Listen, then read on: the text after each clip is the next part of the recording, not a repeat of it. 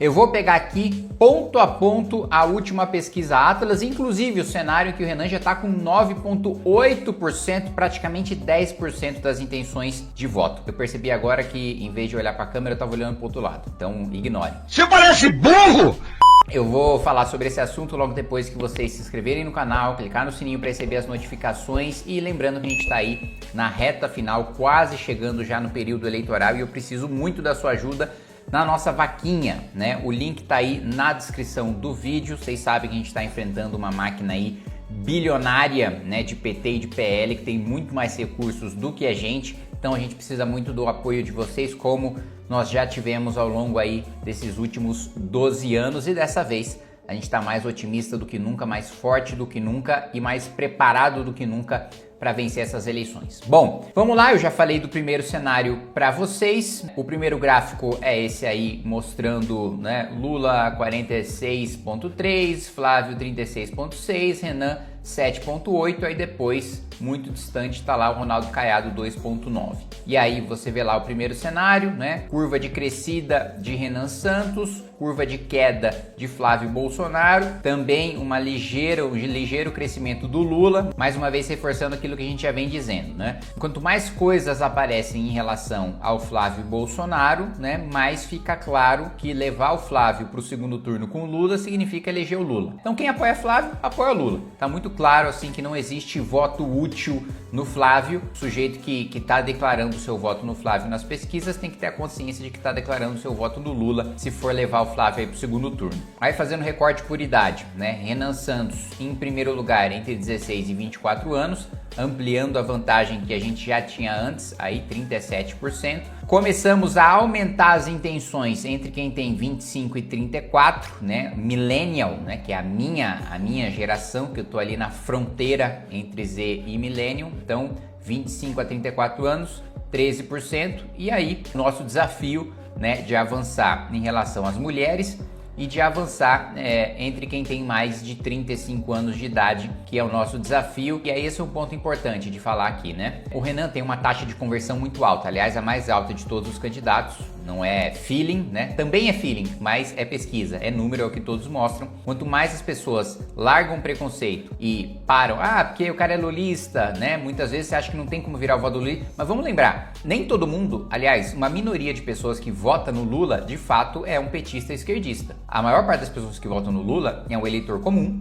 que vota no centrão, nem vota no deputado de esquerda e que de fato tem percepções superficiais sobre o Lula que são positivas. Às vezes ele tem uma memória, né, sobre o segundo mandato do Lula, que tinha boom das commodities, que o país estava crescendo, poderia ter crescido mais se não fosse o governo Lula, mas ele ainda tem aquela memória. Bom, no governo Lula, no passado eu já tive melhor. Então, por causa dessa memória, deveria ter sido o governo dele responsável, então vou apoiar ele. Então assim, dá pra virar. O cara que é lulista, o cara que apoia o Flávio, às vezes fala, não, puta, mas MBL, não gosto muito. Sentou, escutou o Renan, já muda de visão, né? E tem outro cara que não conhece, nunca ouviu falar, sentou, passou para escutar. Então assim, é o sentou, votou, né? O cara foi lá, sentou para escutar o Renan, foi lá, escutou, passa a ser o apoiador, não só a declarar o seu voto, mas também a buscar apoio de outros setores, né?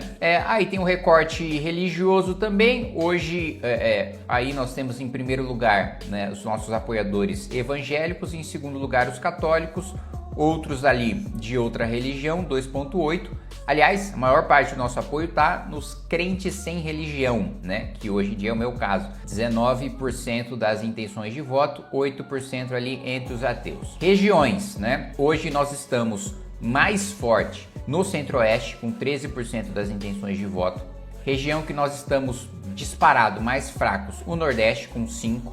Sudeste 7,6, no Sul 10, segundo lugar, terceiro lugar Norte, né? Nós estamos melhor no Norte do que no Sudeste, né? O Norte, às vezes, as pessoas que não acompanham de fato a política no norte acham que, não, pô, a esquerda domina norte e nordeste. Não, o norte é diferente do nordeste, tem um perfil diferente de eleitor. E como você pode ver, tem mais apoiador nosso no norte do que no nordeste. E acho também que a viagem do Renan para o Pará, mostrando problemas que nunca nenhum outro pré-candidato à presidência da República mostrou, contribuiu muito para isso, né?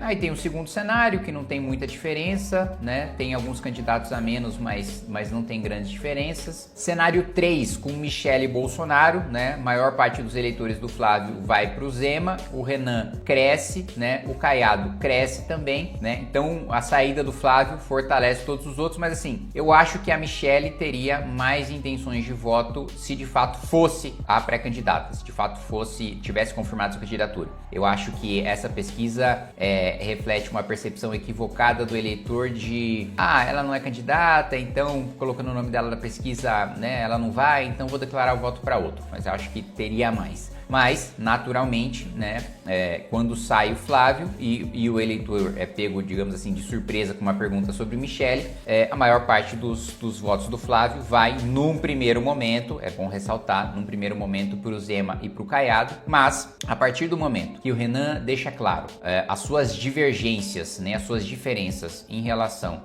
aos governadores que tiveram uma postura muito branda em relação ao bolsonarismo, né? No caso do Zema, eu diria até subserviente em relação ao bolsonarismo, e falta de propostas também das outras pré-campanhas, eu não tenho dúvida de que o Renan cresceria ainda mais nesse cenário com a Michele. Ainda mais, vamos lá, não tem cenário bom, né? Não tem cenário em que o bolsonarismo vença do petismo nessa eleição. Por quê? Ou sai o Flávio com todos os escândalos do Flávio e sendo atacado pela Michele, ou sai a Michele sem o apoio do próprio Jair e dos próprios filhos do Jair atacando ela. Então assim, tá muito fragilizado de qualquer maneira. Cenário com Haddad, que eu ainda acho um cenário possível, né? Esse é o que Renan Santos tem o melhor desempenho, né? Você vê o Haddad com 39, o Flávio com 36, Renan Santos com 10%, 9,8% aí das intenções de voto. Nesse cenário é um dos piores cenários para o Zema, porque Joaquim Barbosa passa na frente dele, né, nesse cenário. Rejeição. Bom, Aécio Neves lá no topo, mas Aécio Neves a gente sabe que não vai disputar de verdade, né? Flávio Bolsonaro em primeiro lugar, mais uma vez reforçando, né? Flávio em primeiro na rejeição significa derrota no segundo turno.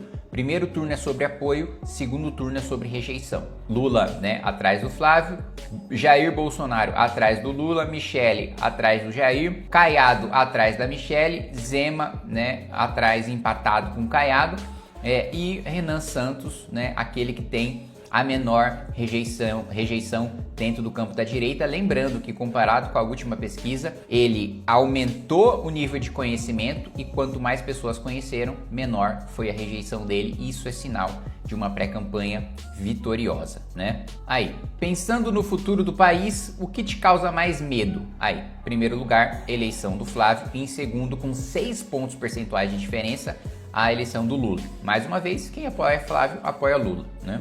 E aí você vê o gráfico mostrando, olha, o ponto de inflexão aqui, né? Quando as coisas começam a mudar. Em abril, a maior parte das pessoas estavam preocupadas com a eleição do Lula, né? E 2% a menos aí com a eleição do Flávio. A partir de maio e junho, né?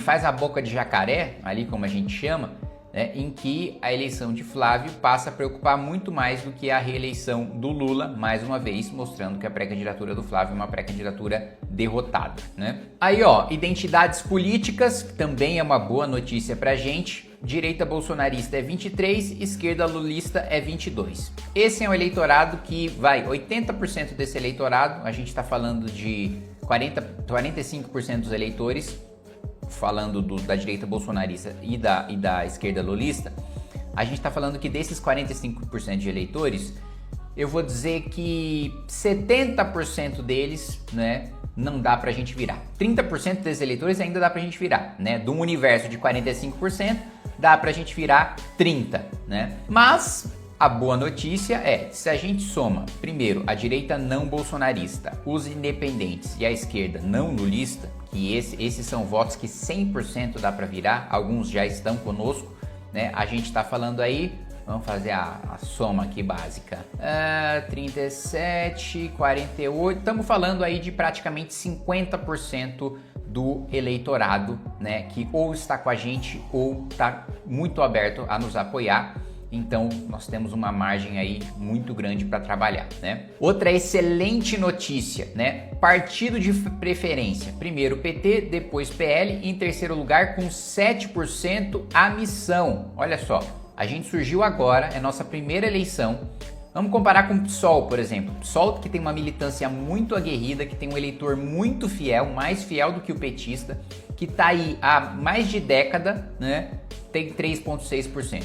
Novo, que já disputou algumas eleições, também está dentro do campo da direita, praticamente metade da gente, 3,6%. E isso, gente, a gente não só está falando de grande potencial para a presidência da República, mas também chapas de deputado federal, estadual, eleições para o Senado e eleições para governos estaduais, que também nos deixa bastante otimista, mostrando que existe uma diferença entre os outros partidos em que o eleitor do Renan ele está mais propenso a votar em pré-candidatos do Partido Missão do que o eleitor do Lula está propenso a votar no candidato do PT ou o eleitor do Flávio está propenso a votar no candidato do PL. Então, excelentes notícias com essa nova pesquisa Atlas. A gente só vai crescer, né? A gente só vai vencer essa barreira do desconhecimento. Passou Copa, todo mundo só vai falar de política, então vai ter um período entre o fim da Copa e o início das eleições. As pessoas vão falar muito de política, vai sair muita pesquisa, vai ter muita notícia na TV. Depois começa a campanha. 16 já tem o primeiro debate na Band, aí explode. Aí é 100% do país falando de política. Quanto mais pessoas falando de política, melhor pra gente, porque nós somos a única pré-candidatura, né, real, competitiva, desconhecida.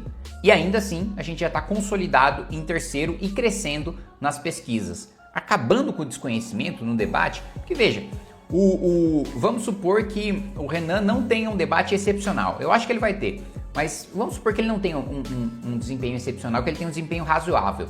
Só o fato dele se tornar conhecido e das pessoas escutarem as propostas dele na TV, mesmo que ele não esteja a quilômetros de distância dos outros pré-candidatos, como eu acho que vai acontecer e que vai ficar demonstrado no primeiro debate, só dele se tornar conhecido já vai ter um aumento muito significativo nas intenções de voto. Então é isso, gente.